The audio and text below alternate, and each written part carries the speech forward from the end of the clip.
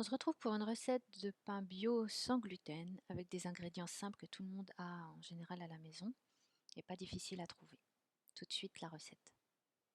Il nous faudra 260 g de maïzena tamisée,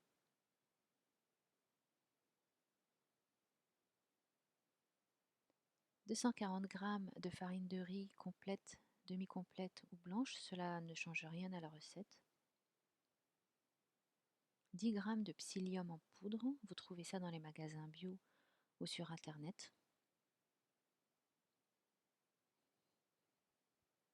11 g de levure instantanée bio, 3 cuillères à soupe d'huile d'olive bio,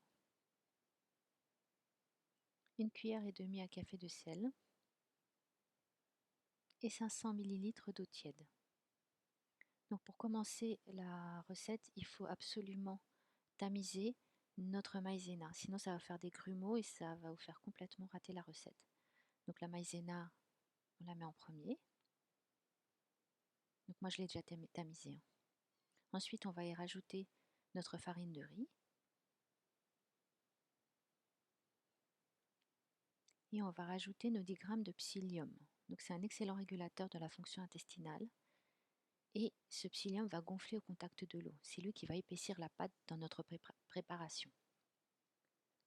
On va y rajouter nos 11 g de levure instantanée.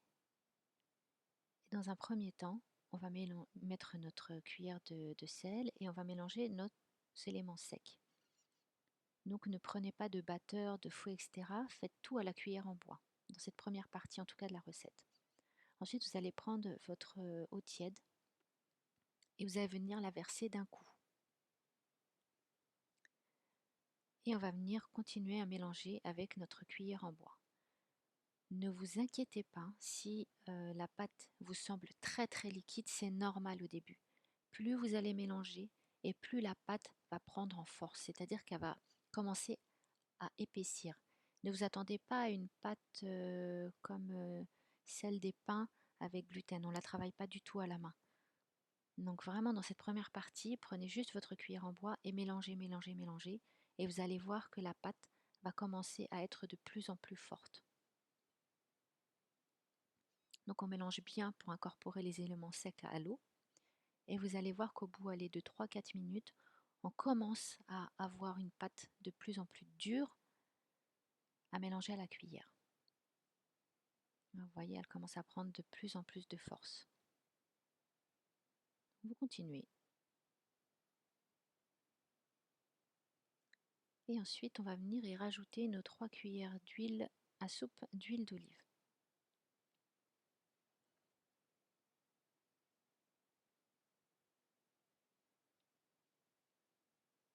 Donc là, de la même manière, il faut bien incorporer l'huile dans la pâte. Donc là, vous continuez toujours à mélanger avec la cuillère en bois.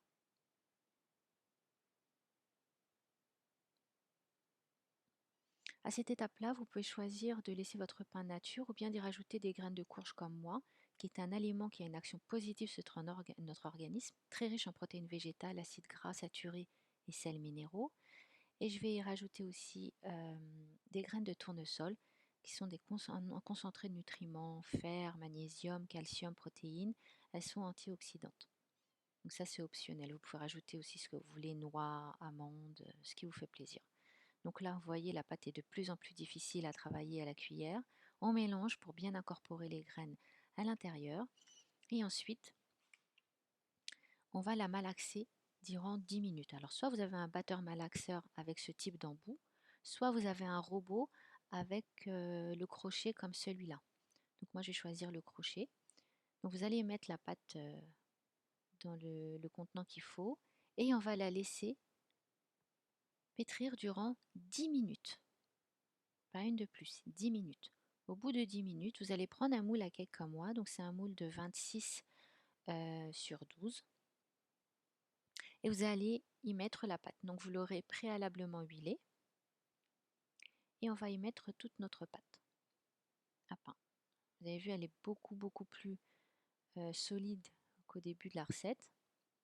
Et la consistance normale, c'est celle-ci. Elle ne doit pas être trop épaisse non plus. Donc cette pâte-là, on va venir la laisser pousser dans un endroit chaud à l'abri des courants d'air durant 30 minutes. Et au bout de 30 minutes, normalement, vous devez avoir ça. Vous avez vu, la pâte a bien gonflé.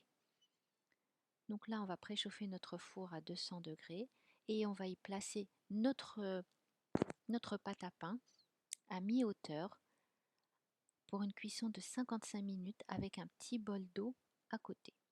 Au bout de 55 minutes, vous sortez votre pain du moule, vous le laissez tiédir et là, vous aurez ce résultat-là. Donc, vous avez un pain avec une mie aérée, une belle croûte et vraiment très très bon. Il peut se toaster sans souci. Voilà, à bientôt pour une nouvelle vidéo.